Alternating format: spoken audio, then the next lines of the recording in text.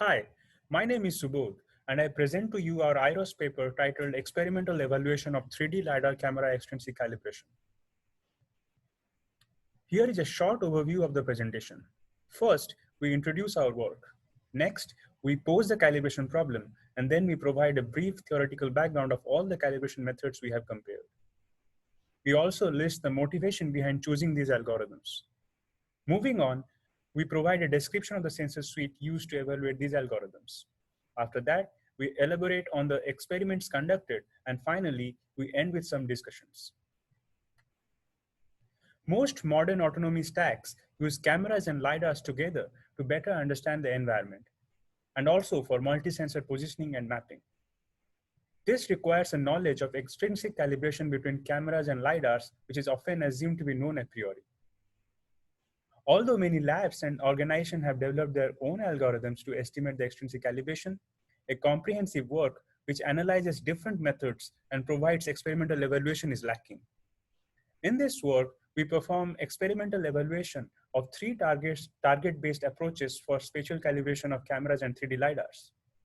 We want to emphasize that all these algorithms we have compared use easy to fabricate calibration targets. We offer insights into strengths and weaknesses of the algorithms and provide interesting avenues for further work. For a pinhole camera model, pi, the relationship between any points PLI detected in a 3D LiDAR and its image position PCI is given in equation 1, which involves the extrinsic calibration parameters CRL and CTL. The goal of any camera LiDAR extrinsic calibration algorithm is to estimate these parameters. In this work, we assume that the intrinsic calibration parameters K and also the lens distortion parameters are known. In this work, we compare three different 3D LiDAR camera calibration algorithms, namely the point-to-plane constraint-based calibration, PPC-Cal, which does pairwise calibration of LiDAR camera pairs using a point-to-plane distance minimization constraint, the point-to-back projected plane-based calibration, PBPC-Cal, which does pairwise calibration of LiDAR camera pairs using a point-to-back projected plane distance minimization constraint, and finally, the multi-sensor graph-based calibration, MSG-Cal, which uses point-to-plane constraints for pairwise calibration, and on top of that, it adds an additional layer of joint graph-based optimization for multi-sensor systems. The details of all these algorithms can be found in the cited papers. Why, after all, we picked these three algorithms for comparison? First, like stated earlier, these methods use easy-to-build planar calibration targets, unlike some other methods which depend on multiple targets or complicated targets, and maybe sometimes both. Our goal is to compare methods which can be used without depending on complicated paraphernalia. Secondly, their respective optimization backends utilize easy-to-detect geometrical features like planes and lines along all the sensing modalities.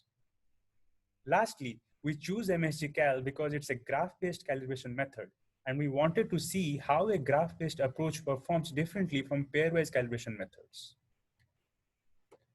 The table here presents a theoretical comparison of the three methods.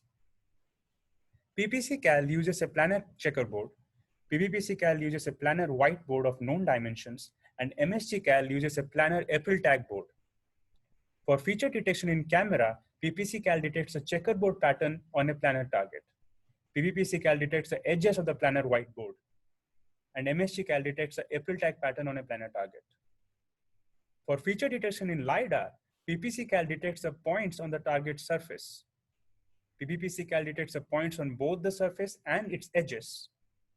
MSG-Cal also detects the points on the respective target surface, but it does not use those points explicitly, and rather derives planar parameters n and d from these points and uses those parameters to represent the observed planar points. Theoretically, PPC-Cal claims that the results of calibration will be observable with only 3 non-coplanar views, and PBPC-Cal claims that only 2 non-coplanar views are enough. MSG-Cal, however, makes no such claims. But it must be kept in mind that all the three methods discussed here encourage that enough views are provided to ensure robustness. Data collection in PPCal and MSGcal is easier because only the planar points need to be detected in LiDAR. But in PBPCal, we also need to detect the edges of the planar target in the LiDAR sensor. And hence, we have to hold the target in a way which makes the detection of the edges easier. Hence, it can be tedious at times. This picture shows the sensor suite we have used to compare the performance of all the algorithms. We have two different LiDARs, namely the Auster 64-channel LiDAR and Velodyne VLP 32-channel LiDAR, and three different cameras, out of which two form a stereo pair, such that the factory stereo calibration is known and it can be used as ground truth.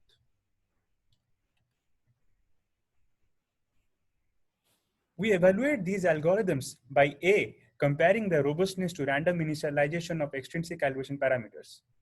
B, by comparing the estimated calibration parameters with the factory stereo calibration. C, by using the estimated calibration parameters to project edge points of the planar target detected in LiDAR onto the camera image and calculating the mean line reprojection error. And finally, by D, comparing the time taken by respective solvers to converge to a solution.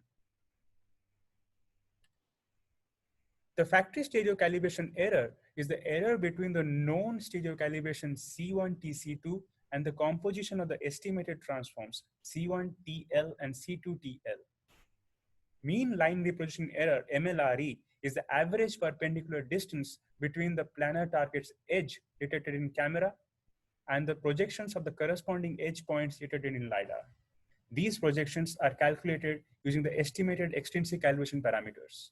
And hence, the MLRE tells us how good or bad the estimation is. Figure 2 shows the response of PPCal, PBPCal, and MSGcal to random initialization in red, green, and blue respectively. As shown in the figure, PPCal and PBPCal are robust to random initialization, while MSGcal exhibits divergence in a few cases. All the methods converge to nearly the same rotational values, but show variation in translational values. This is because the point-to-plane constraint used in all the methods is better at constraining rotation than at constraining translation. PBPCal uses an additional point-to-back projected plane constraint, which helps improve translation estimation accuracy. Table 1 presents the errors with respect to the known stereo calibration for both Velodyne and Auster LiDARs and the stereo pair. As observed in the table, PPCal and MSGcal show error in the order of 1 centimeter along the stereo baseline, that is the z-axis, as compared to 4.5 millimeters in PBPCal. For Auster LiDAR, PPCal shows better performance than others. MSGcal gives the same error for both the LiDARs because it's a graph-based calibration algorithm and does joint optimization of all the sensors together.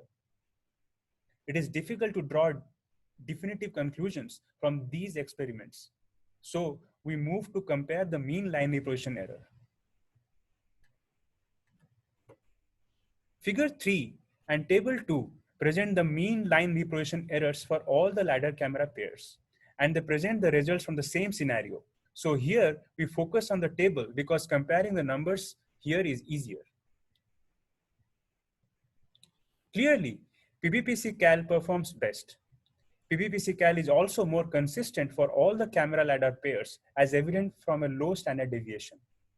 PPCal shows deterioration in performance when used on an Auster LiDAR camera setup. MSGcal performs worse here. As noted in the paper concerning PBPCal, Auster LiDAR is a noisy sensor, and we hypothesize that PPCal gives poorer result because it is affected by this noise. And PBPCal is not affected by it as much because it uses additional geometric constraints. MSGcal, being a graph-based approach, perhaps has all its nodes affected by a single noisy sensor. To verify our hypothesis, we calibrate the sensor suite with Auster LiDAR removed from it and present the results in Figure 4 and Table 3.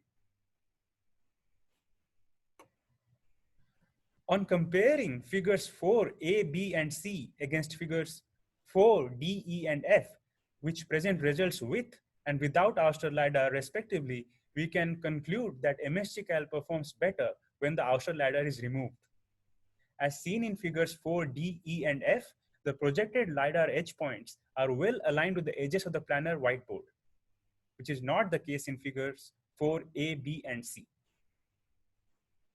From table 3, we can conclude that PPCCal and MSGCal give comparable performance when the outer ladder is removed. And this is expected because MSGCal uses the same point-to-plane geometric constraint for pairwise calibration that PPCCal uses. The comparison table 4 shows the time taken for convergence in all the sensor pairs with all the three methods. Clearly, MSGCal takes significantly less time. And this is because PPCCal and PBPCCal explicitly use the LiDAR points in the optimization procedure, while MSGCal uses plane parameters derived from these points. Therefore, the number of residuals in MSGCal is significantly less, which explains why it takes the least time to converge to a solution. After analyzing all experimental results, we can draw the following conclusions. PPCCal and PBPCCal are robust to initialization for all trials, while MSGCal diverges in a few. PBPCCal, which uses only point-to-plane constraint, shows deterioration in performance when noisy sensor is used. PBPCCal shows better performance in the presence of a noisy sensor because it uses additional geometric constraints. MSGCal, which uses a variant of point-to-plane geometric constraint, has all pairwise calibrations affected in the presence of a noisy sensor, but performs at par with PPCCal when the noisy sensor is removed. MSGCal takes the least time to converge when compared to other two methods. I want to conclude my presentation with some remarks on what calibration algorithms to use and when. If you do not have a noisy sensor and need a quick calibration, then using PPCCal should suffice. If you have multiple sensors which are not noisy, then MSGCal is preferable. But if we have noisy sensors, then PBPCCal is recommended because it adds more geometrical constraints across modalities to reduce the effect of sensor noise. Finally, in our future work, we want to use the constraints used in PBPCCal in the pairwise calibration step of MSGCal, thus bringing the advantages of robust pairwise calibration and joint graph-based optimization together. Thank you.